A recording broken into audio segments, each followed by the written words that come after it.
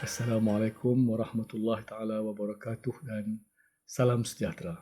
Saya alu-alukan saudara-saudara yang kembali mengikuti saluran Zaidin Abadi ini dan menyokong usaha kecil saya untuk memperkenalkan buku-buku karya ahli-ahli Angkatan Sastrawan Nasional Kedah atau ASASI.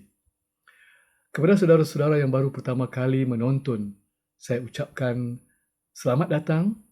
Semoga saudara-saudara dapat mengutip manfaat daripada perbualan saya ini. Sebelum saya teruskan, saya ingin mohon kerjasama saudara-saudara menekan butang subscribe, like dan share supaya setiap kali saya muat naik video terbaru, saudara-saudara tidak akan ketinggalan untuk mengikutinya.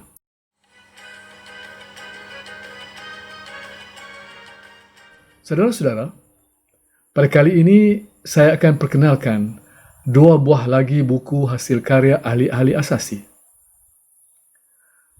Buku pertama, novel remaja Awan Berombak, hasil karya Putra Eri Usin, pemenang Hadiah Sagu Hati Sayembara Karya Kreatif ASASI 2019.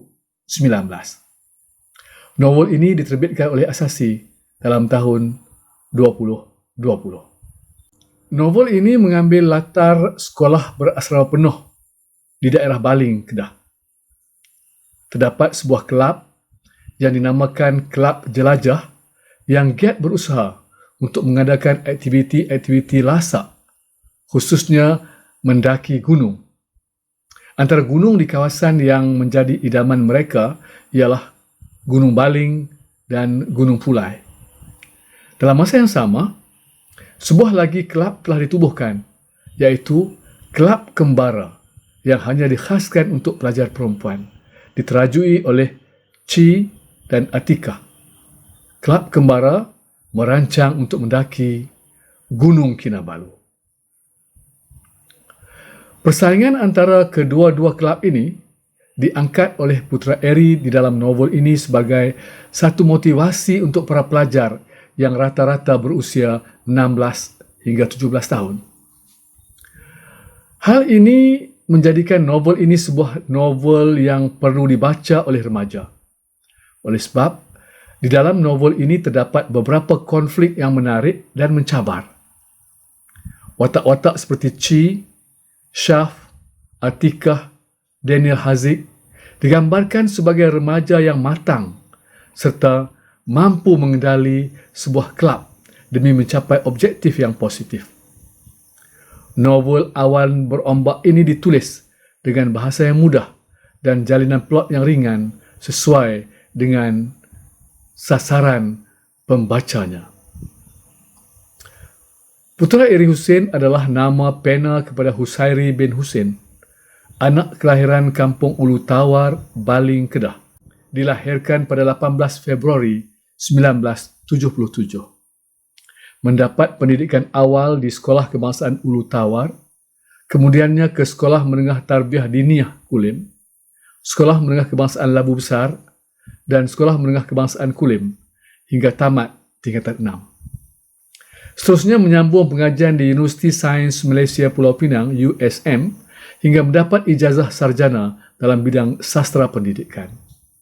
Pernah bertugas di Maktab Rendah Sains Mara Baling dan Maktab Rendah Sains Mara Merbok.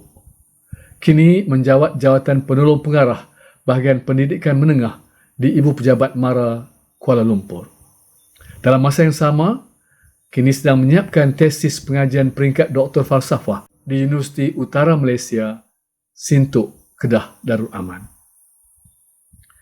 Putra Eri Usin terlibat dalam bidang penulisan kreatif, khususnya cerpen dan novel, dan pernah mewakili Malaysia ke program sastra di Indonesia, anjuran Majlis Sastra Asia Tenggara atau MASTERA dalam tahun 2013.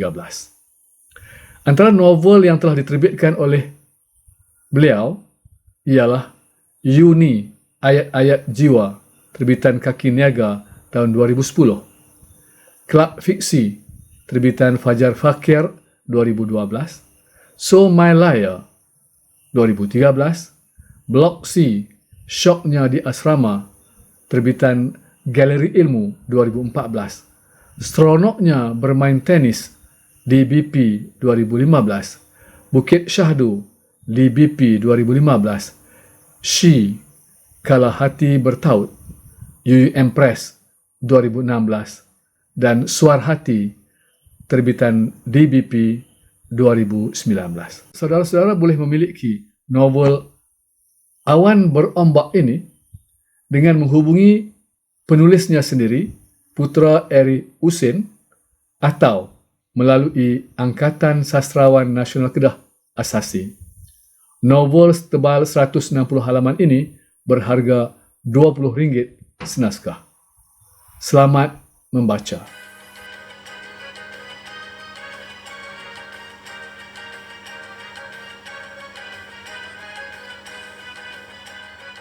Saudara-saudara, buku kedua yang akan saya perkenalkan kali ini agak lain isi kandungannya daripada buku-buku yang pernah saya perkenalkan sebelum ini.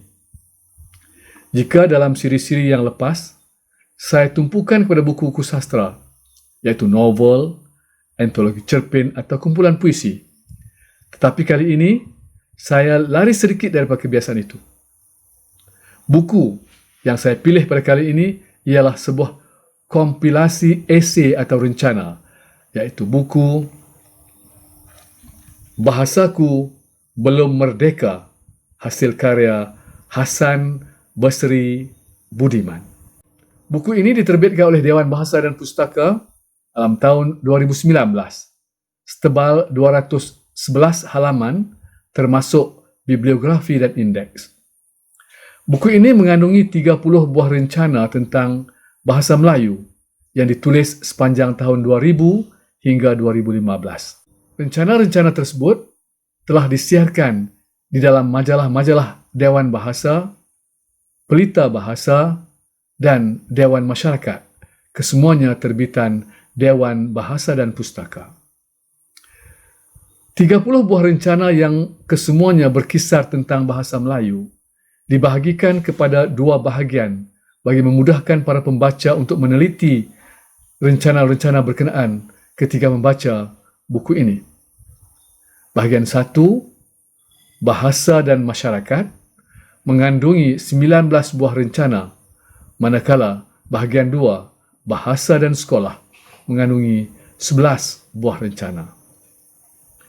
Hasan Basri Budiman mengupas pelbagai isu bersangkut bahasa Melayu daripada isu-isu peringkat sekolah, pembentukan dan perubahan dasar pendidikan, penggunaan bahasa Melayu dalam kalangan rakyat dan pemimpin, bahasa rojak dalam media sosial, bahasa kolokial, bahasa rasmi dalam komunikasi di tempat awam, bahasa Melayu di dalam filem, malah mengupas isu bahasa Melayu perlu dipertahankan sebagai bahasa perdana.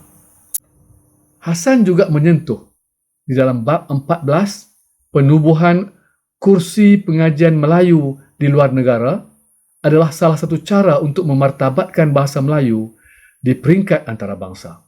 Menurut kenyataan Kementerian Pengajian Tinggi, perkara ini telah dibuktikan menerusi kajian terhadap 4 daripada 5 kursi pengajian Melayu, iaitu di Leiden University Belanda, Ohio University Amerika Syarikat, Wellington University New Zealand, dan Beijing Foreign Studies University di China. Manakala satu lagi ialah di Hankook University, Korea Selatan. Adalah menjadi harapan besar biar seluruh dunia dapat menerima kehebatan bahasa Melayu seperti pada abad ke-16 dahulu, sebagaimana yang dirakamkan oleh sarjana Belanda François Wellington suatu ketika dahulu. Katanya, bahasa mereka, bahasa Melayu, bukan sahaja dituturkan di daerah pinggir laut, tetapi juga digunakan di seluruh kepulauan Melayu dan di negeri-negeri timur sebagai satu bahasa yang difahami di mana-mana sahaja oleh setiap orang. Tidak ubah seperti bahasa Perancis atau Latin di Eropah, atau sebagai bahasa lingua franca di Itali dan di Levant. Sungguh luas tersebarnya bahasa Melayu itu, sehingga kalau kita memahaminya, tidaklah mungkin kita kehilangan jejak, kerana bahasa itu bukan sahaja difahami di Parsi, bahkan jauh lebih dari negara itu dan di sebelah timurnya hingga Kepulauan Filipina. Demikianlah rencana-rencana yang ditulis oleh Hasan Basri Budiman di dalam buku itu. Saudara pasti akan terkedu membacanya oleh sebab gaya Hasan menulis memberikan kesedaran kepada pembaca bahawa bahasa Melayu wajib dimartabatkan ke peringkat tertinggi. Jangan ada usaha-usaha memperkecil dan memperlekehkan kewibawaan bahasa Melayu dalam kalangan pemimpin atau warga negara kita sendiri. Hasan Basri Budiman adalah seorang penulis yang dilahirkan pada 19 Mei 1953 di Sungai Limau Dalam, Yan, Kedah. Kini, seorang pesara guru yang pernah bertugas lebih daripada 30 tahun dengan jawatan terakhirnya sebagai Guru Cemerlang Sastra sebelum bersara wajib pada tahun 2011. Mula terlibat dalam bidang penulisan sejak 1980-an lagi dan Hasan menulis dalam pelbagai genre sastra dan bahasa, puisi, cerpen, novel, skrip drama, kritikan sastra dan rencana. Banyak tulisannya tersiar di dalam akhbar dan majalah-majalah tanah air. Dalam tahun 2018, Hasan telah berjaya memperolehi ijazah sarjana sastra dari Universiti Utara Malaysia, Kedah, Darul Aman. Saudara boleh memiliki buku Bahasaku Belum Merdeka ini dengan menghubungi kedai buku Dewan Bahasa dan Pustaka. Buku ini berharga RM20 senaskah. Selamat membaca.